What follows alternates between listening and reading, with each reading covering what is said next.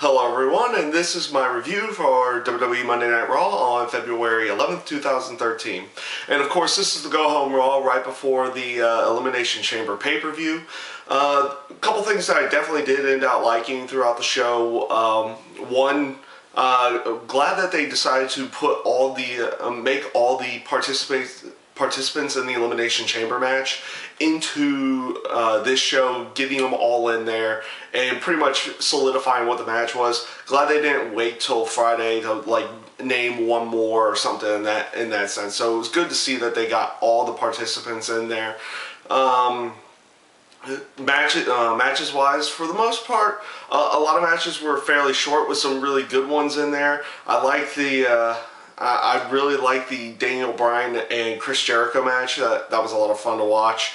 That's really the main match that I ended up really liking throughout the show. Like I said, most of the matches were fairly quick, and they were going more for a promo going into the pay-per-view itself. Of course, you had a very quick match with John Cena, Ryback, and Sheamus versus 3MB. I actually like the fact that they decided to go the route of actually having them in a tag match before the actual pay-per-view. It just gives that solidification to the storyline that, you know, these three guys are together, they're going to work as a team, they're going to do this, because typically when you throw a team together like that, they don't typically do something like that. So that was nice that they went a little bit of a different route before the actual pay-per-view match itself. So that was good to see.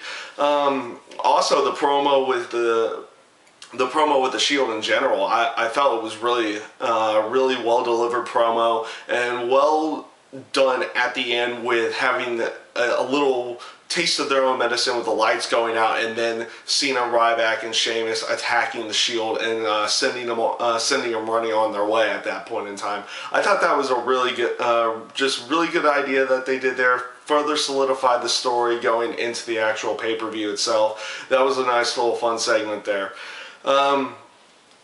One area that I found a little weird, but also kind of nice change of pace that they would than what they typically do.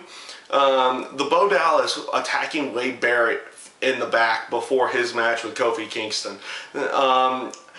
Typically, you don't see the heels get attacked in the back before the match. This is something that's usually happening, that would usually happen to the faces in this sense. And it was really nice for them to once again throw a little change of pace in there and have Wade Barrett get attacked by Bo Dallas. This definitely, in my mind, this was a lot better than Bo Dallas's promo that they cut into last week, where he was talking about everything he was wanting to do there right before Wade Barrett's match. So I felt that did was a lot better way of solidifying that they're feuding with each other at this point in time, outside of just the the Royal Rumble match incident, and then of course the match afterwards. And yeah, just on that aspect, I felt they did a really good job there. It was a nice change of pace, of course, again with Wade Barrett, the heel, actually getting attacked before the match versus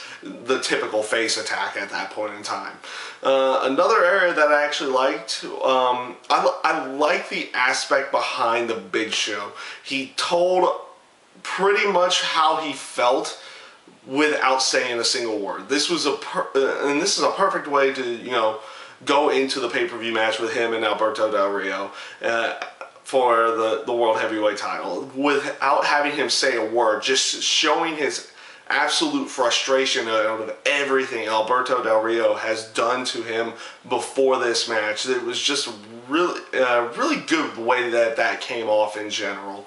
So I would basically say, and I'll get to the last part here right after saying this, I would basically say that I felt this Raw was actually a really good Raw. It was good going into the pay-per-view. They did a good job of solidifying the stories, finishing them up and setting them up to go into the actual pay-per-view itself.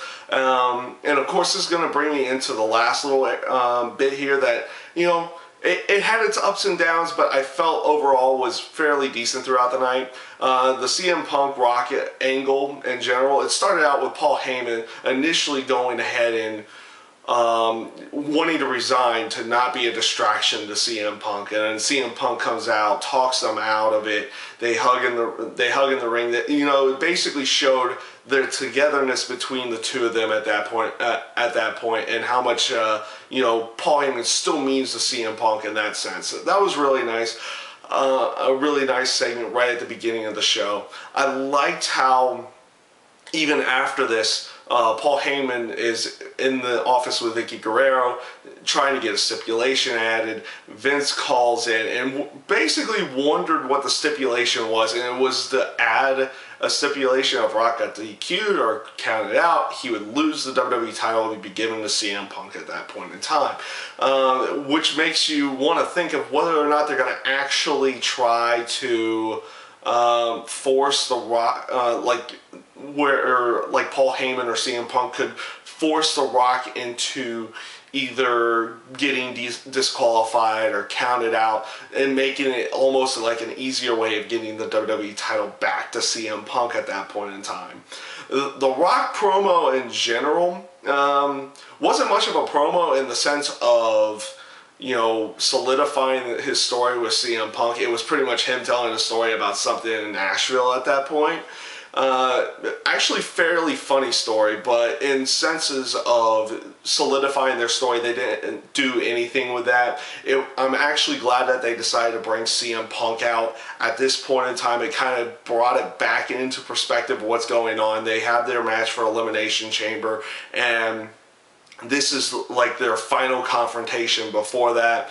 I like the aspect that they didn't just talk this time around, that they actually went ahead and brawled for a little bit. Of course, with CM Punk coming out on top in this case, and actually walking out with the WWE title. You know, this entire time he said he got screwed. He never officially lost the WWE title.